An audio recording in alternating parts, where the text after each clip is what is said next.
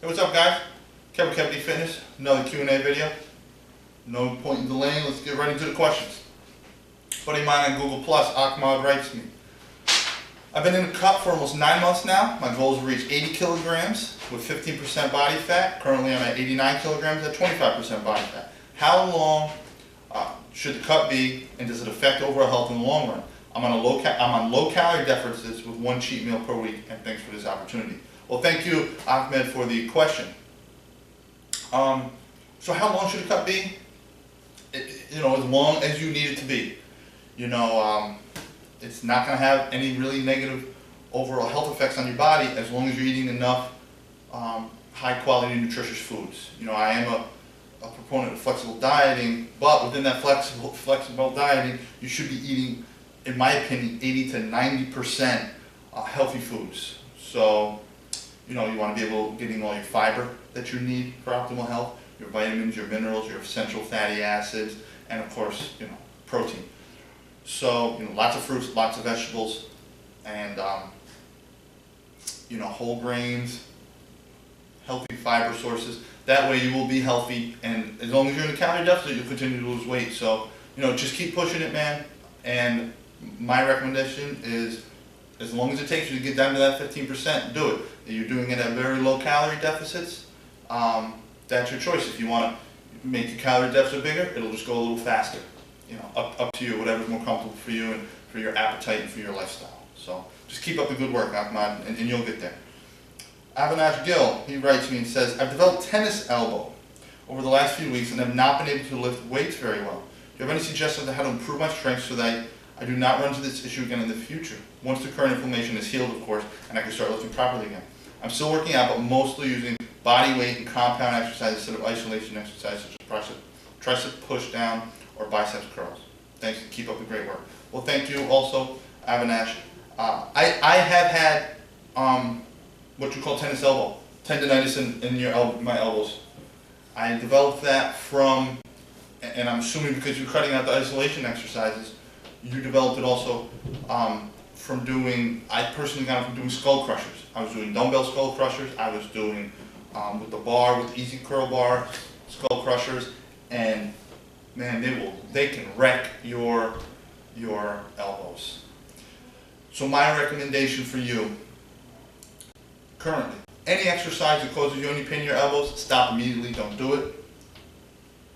Any exercise that contributed to your elbow tendinitis, for example, I knew skull crushers and dumbbell skull crushers and dumbbell tricep extensions all contributed to my tendinitis. I cut them out of my routine completely.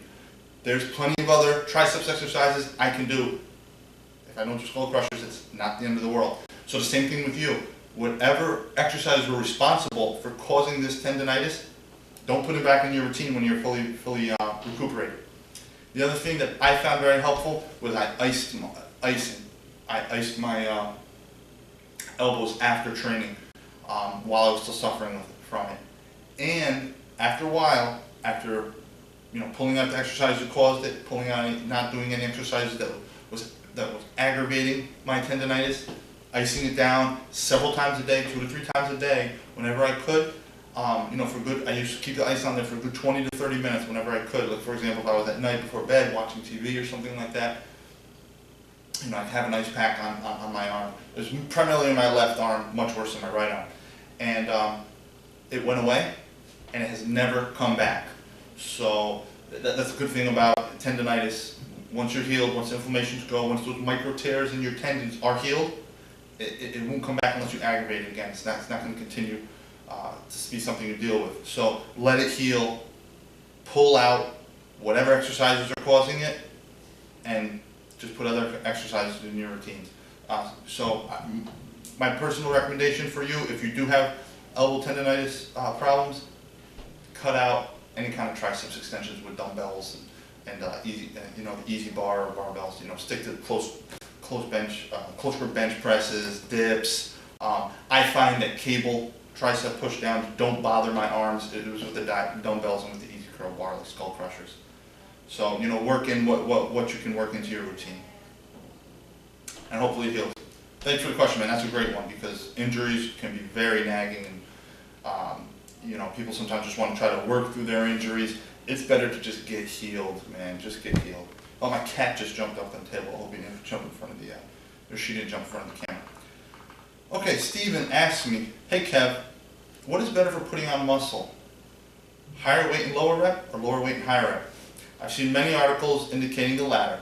Obviously, adding weight as you progress. However, I feel, though I'd be regressing if I dropped the weight, as I'm now going for more reps. What are your thoughts? Is there an optimum rep range? Should I mix it up? Thanks. In my opinion, Steven, this is a great question. Great question. Because there's a lot of different opinions on this.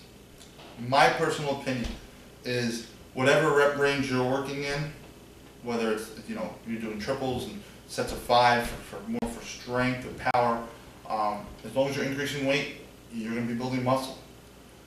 Now, same thing if you know you're up in an 8 to 10 rep range. Me personally, I like to keep things within about the 6 to 10 rep range and really focus around 8 reps.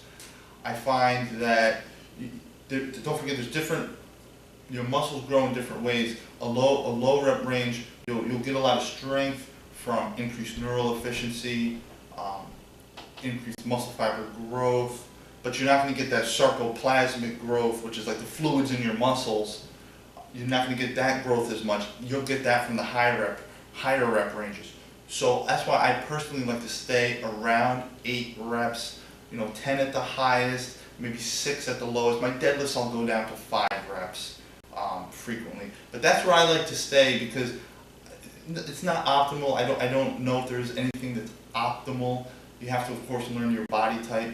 But for me, I find that I don't want to go too low, I don't want to go too high. You stay in that middle ground, you're going to get muscle fiber growth, you're going to get sarcoplasmic growth, so you'll be benefiting from both.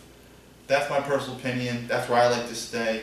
Is it good to mix it up? Yeah, from time to time it is good to mix it up. You know, if you're going through a cycle where you say, hey, I want to improve my strength in the 3 rep range or 5 rep range. If you increase your strength, you're going to increase the size of your muscles as long as you know you're recovering properly, eating well, eating in a calorie surplus.